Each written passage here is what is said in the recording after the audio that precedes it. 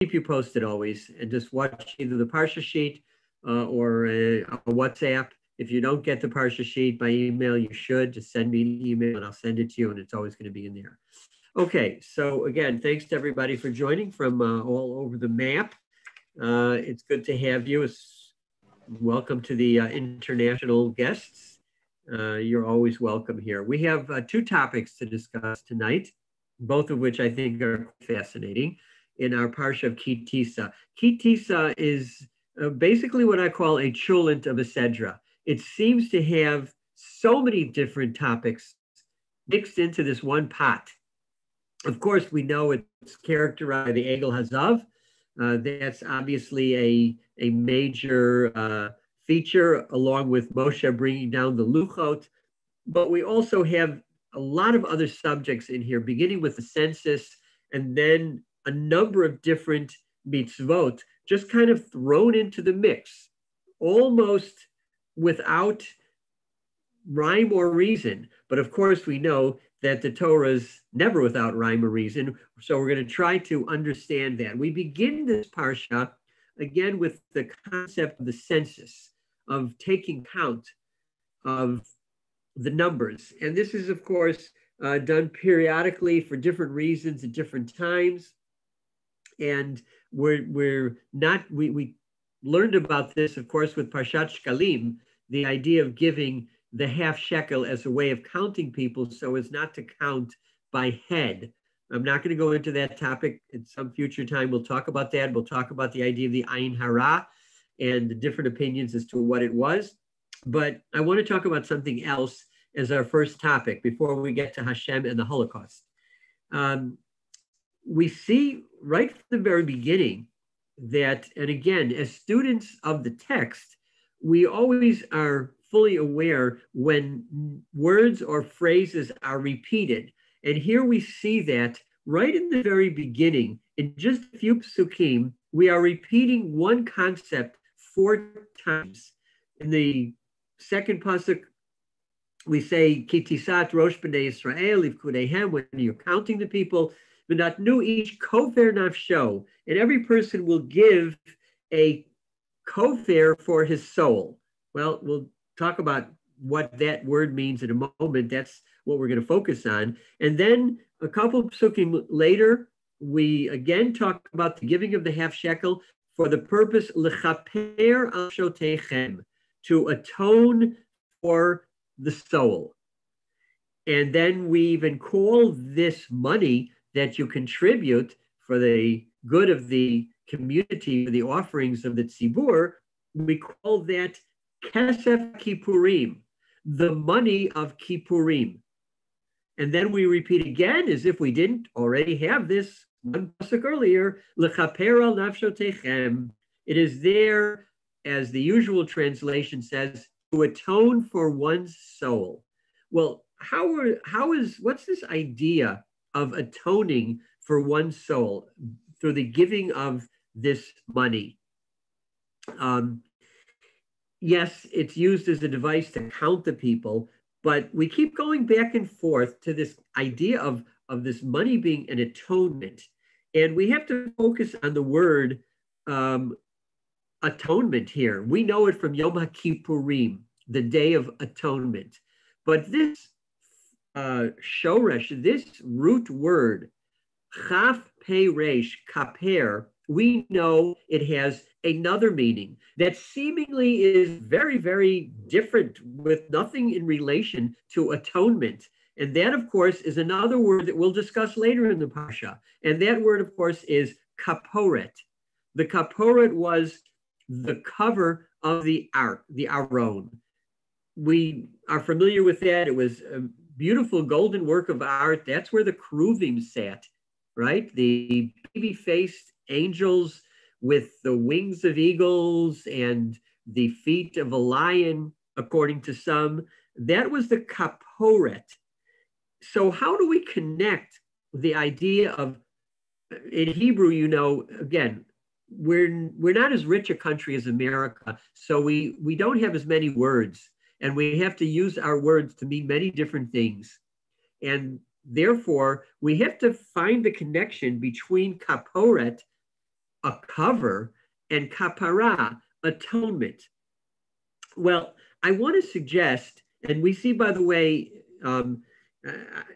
that there's another theme that seems to go through this parsha, and that is the idea of a mask, because we see it most perhaps vividly at the very end when Moshe is wearing a mask, masveh, but also the word for mask is masecha, and we call the golden calf egel masecha. Well, yeah, Rashi says that means metal or molten, but masecha, as we know, we just celebrated Purim, that also is a word that means mask, maybe also relating to a cover. What exactly is going on here with all these references to atonement slash covering? And I want to suggest that before the Torah was given, we essentially had one commandment to fulfill. That was to believe in one God. That's where with Abraham. And yes, there were a few things thrown in there, but basically to be Jewish, to be a member of Bnei Israel, you had one primary belief, and that was one God, not many, no idolatry. However, that was all thrown into confusion when we worshiped the golden calf. And whether or not that was pure idolatry, we'll talk about that a little bit, but someday in more detail exactly what that was. But certainly it was something, at least a form of a kind of idolatry. And so now we needed something else. If that one belief, the one God was out the window, we had to have something else. Because we needed to be protected. What does a cover do? A cover protects you. It protected the Aron, and that's why it was called a kaporet. But in order to be safe, and this is the connection to atonement, for Hashem to take care of us, we need to be covered. We need to cover ourselves.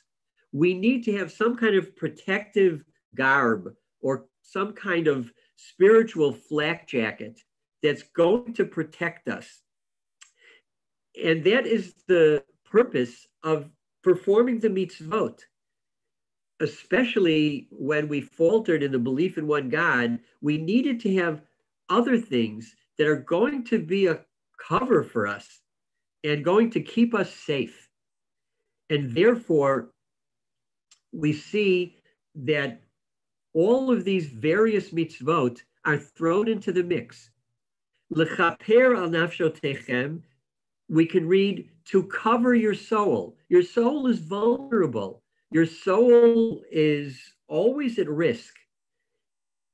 It's fragile. It's frail. You need to have some kind of a cover. The cover, of course, is our performance of the mitzvot.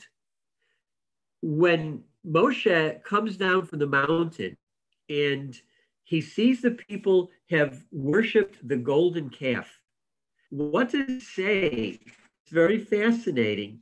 If we see in the end of the Perek Lamed Bet, Moshe, what does he say? He comes down, Vayar Moshe Ta'am, he sees the nation, Ki faruahu, for it is exposed. The cover is off. They've worshipped the golden calf. How will they protect themselves, their souls, their lives? And Moshe understands it's going to have to be through a variety of mitzvot. The giving of tzedakah, which is the half shekel, the keeping of Shabbat, the bringing of karbanot, the saying of prayers. We have in this parsha the eating of matzot. We're approaching Pesach, and certain aspects of kashrut, the bringing of bikurim. They're all in here, but they all connect in that they are forming, when you perform these mitzvot, they are ways, these are the ways that we keep ourselves covered and we're not exposed, because there are few worse fates than death by exposure. And that's what Moshe sees, kifaruahu. It's a strange phrase. We see as well, there's another kind of uh, almost inexplicable event that takes place that we are told, this is in Perek Lamed Gimel, that Moshe tells the people in the in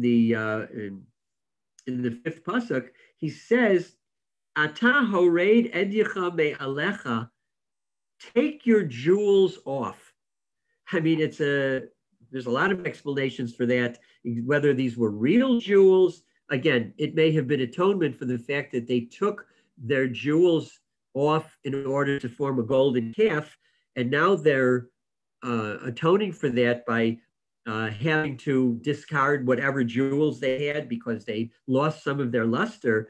But I think it's also an indication of saying that it's symbolizing the removal of the protective cover which they had, or telling them that your jewels won't protect you. What will protect you is you cover yourself with mitzvot. And it's interesting to note that in Jewish life, most of our sacred objects are covered. Have you ever thought about that? But it's really true, right? Our tefillin are covered. The mezuzah is covered. A Sefer Torah is covered. The Aron, of course, as in the Beit HaMikdash, was covered. On Shabbat, we cover the challah. At the Seder, we cover the matzah. On Rosh Hashanah, we cover the shofar, though they're not exposed. In Jewish life, virtually all, not all, they always have to have exceptions in Judaism, but the majority of objects in Jewish life are covered. This is not a coincidence. This is trying to tell us and show us that just as you cover an object to keep it safe, you cover your soul to keep it safe. How do you cover a soul? Well, of course, you protect your body. Yes, you have to, take good care of your body and exercise. In the yeshiva world, as we say, if you get the urge to exercise, lay down till the urge passes. But we really should be exercising. We should be keeping good diets, take care of our body, but at the same time, we have to take care of our soul. And the way to do that is to have that protective cover. I think Moshe Rabbeinu, at the end of this story, he's putting on a mask in front of the people. Perhaps, and obviously, we're all thinking about the masks of Corona and Dr. Fauci, telling us to wear the mask to protect ourselves. And there is something definitely to that. But there's also an element of protecting the soul. And I think Moshe is saying by wearing a mask, at moments of holiness, to say that you have to keep yourself covered. So all of this kind of comes together in connecting the repeat of the word lechaper from kaporet, this cover that we put on the Aron, on the Torah, to extrapolate that to the different mitzvot that help to cover us and keep us covered and safe and warm. So that's the first topic that I wanted to explore with you. Moshe and the masks, because the masks are the cover, this spreads throughout this Parsha. It's a fantastic Parsha Kitisa. The second thing, the second subject, which of course is always difficult to discuss, and that is the concept of trying to come to grips with the Shoah on a theological, spiritual level. And how can we, reconcile a just and merciful and all-powerful God with events like the Holocaust, the Shoah? And this is always dangerous to come to grips with, because we don't have prophets today. We don't really know exactly why these events happen to us. And we're on very, very thin ice when we try to explain why something like the Shoah occurs. Nobody knows. And I remember in the yeshiva where when I was studying, there was a paper written by one of the rabbis who was actually originally a mathematics teacher, went on to become, and is today, a well-known rabbi, Rav Moshe Meiselman. And he wrote an article about his opinion about why the events of the Shoah occurred. And his uncle, who was our Rosh Yeshiva, Rabbi Aaron Soloveitchik, the Rav's brother, he criticized that and was very upset that the paper was circulated because he says no one can really understand the Holocaust. But I want to suggest, I'm not going to try to give any definitive answers, but try to give an approach to understanding the Shoah based upon something in our Parsha. And it occurs in the midst of all this incident of the golden calf. And Hashem says to Moshe, this is in the Perek Lamed Gimel, the 33rd chapter, in Pasuk Yud Zayin, he says to Moshe, you have found favor in my eyes.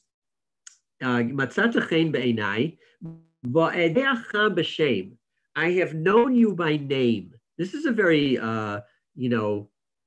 kind of mysterious phrase. I want to suggest it means, Moshe, you and I are on a first name basis. Panim el panim. My relationship with you is not like the relationship with anyone else. And Moshe seizes upon that, and he's going to ask God the most difficult question in history. Why do the righteous suffer?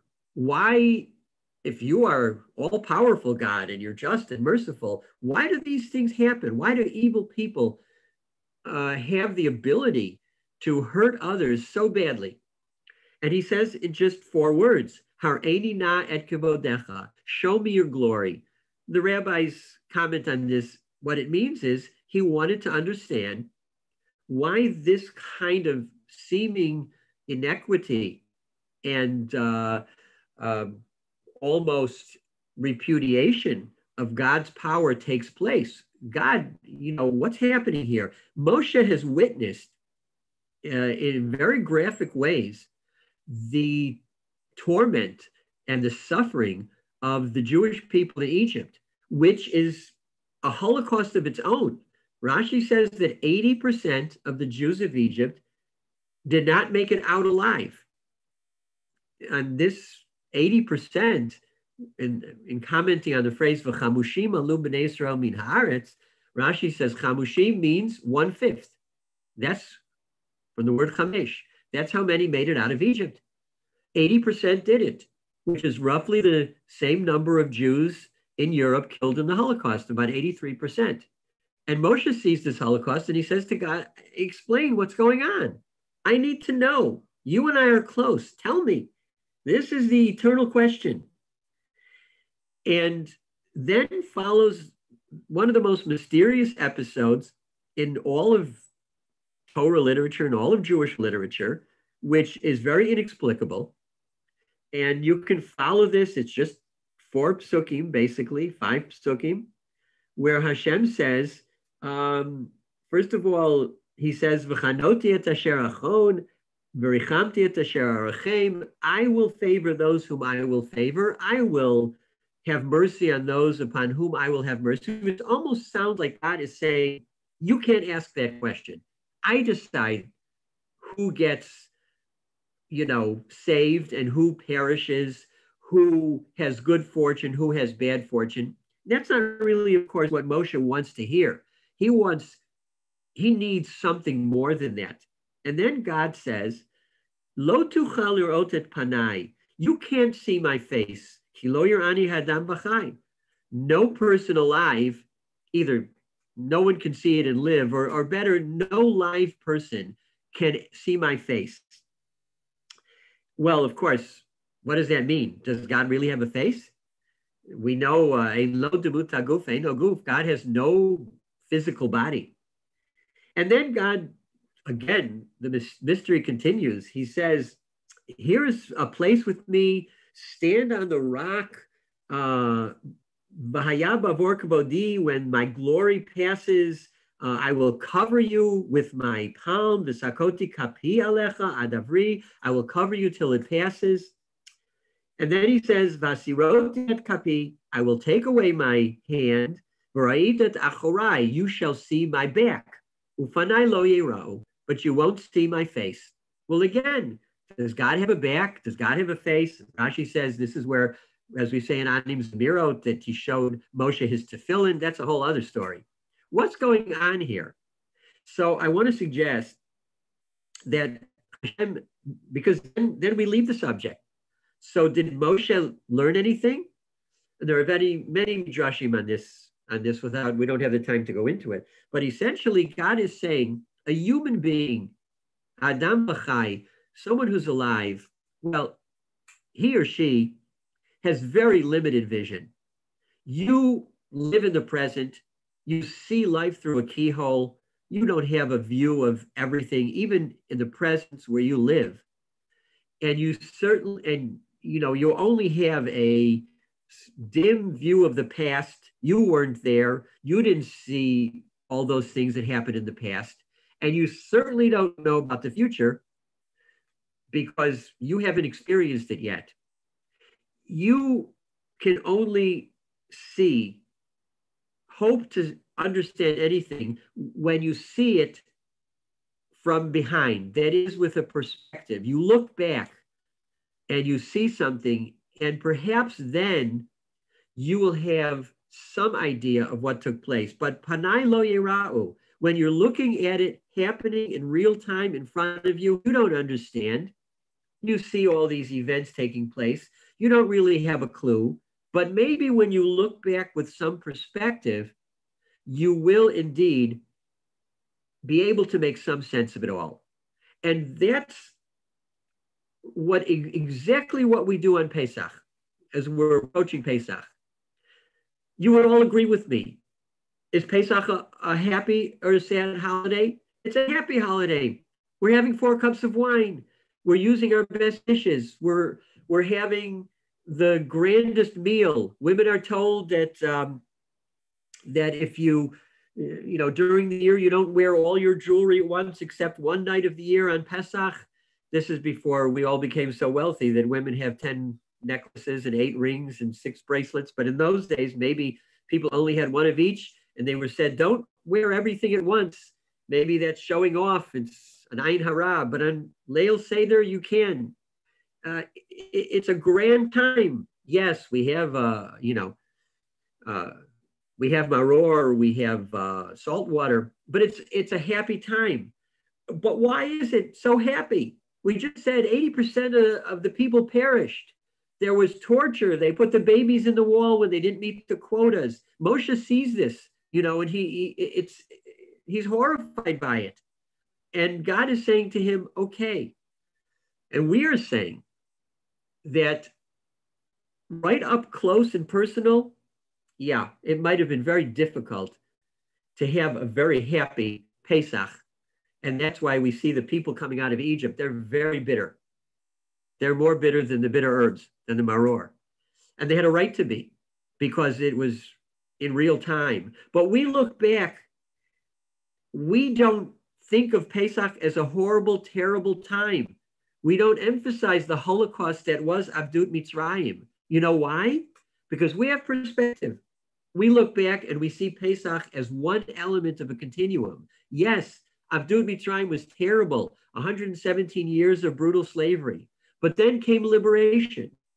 And then came the miracles of the plagues and the splitting of the sea. And then came the giving of the Torah. And then came our entrance into Israel. And building the Beit HaMikdash. It's all in the Haggadah. When you look at things that way, with hundreds or thousands of years of perspective, everything looks different. You can only look back at it. And that's why we are not out of place by celebrating Pesach. I can make a very good case that what horrible people we are. Look at all the people who died in Egypt, and we're celebrating with 4 cups of wine and this grand meal. But the point is, yes, it was terrible, but it was one chapter in a glorious book. And we're looking at the whole book. And that's what God is saying to Moshe. That's the only way with perspective. You could put it all in perspective, and that will very differently affect you and affect your perception and your reaction to what happened. And I want to suggest that that's exactly what we have to do with the Holocaust. We're very close to the Holocaust. So all we see now are the gas chambers and the death camps and the brutality, etc.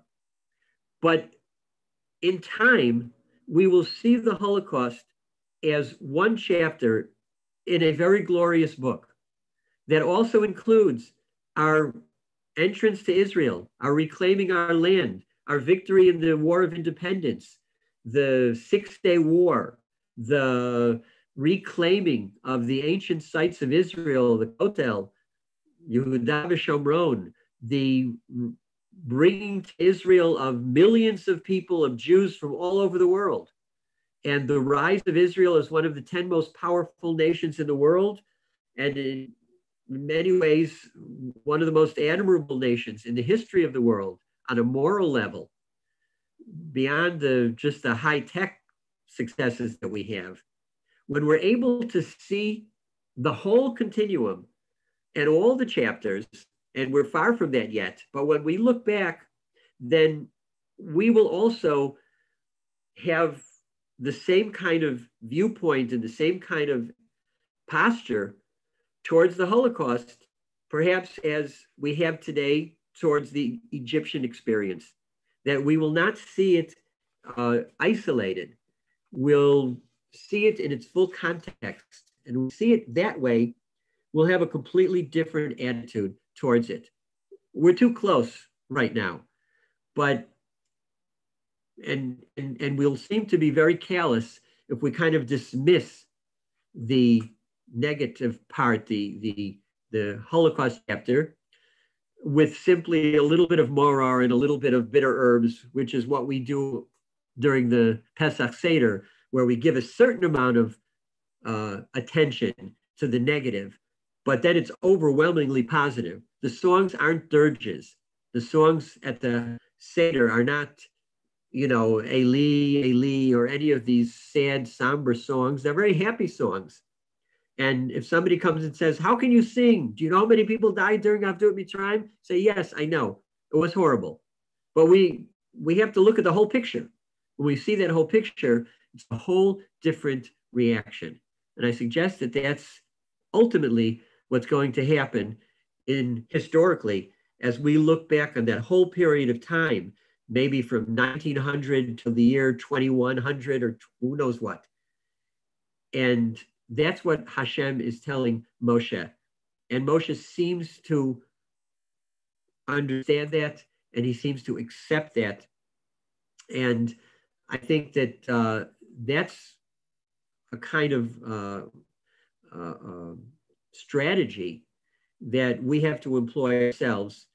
And it's not easy, but we have to at least admit that at some point we will see the whole picture and not just 1933 to 1945. We'll see a much bigger picture and we'll have a much different reaction. So I'm going to stop here. And if anybody wants to, I know I've said some things that are a little bit controversial, but I believe that there's merit to it. And I think that that is exactly what this whole Parsha is talking about. And it does encompass both the very disastrous event of the Egel HaZahav, the golden calf, but also a very upbeat